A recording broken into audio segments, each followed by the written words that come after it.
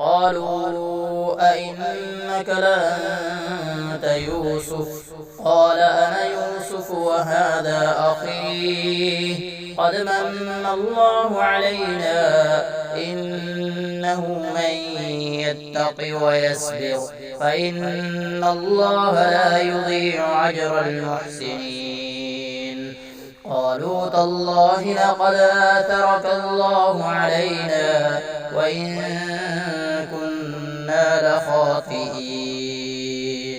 قال لا تثريب عليكم اليوم يغفر الله لكم وهو أرحم الراحمين.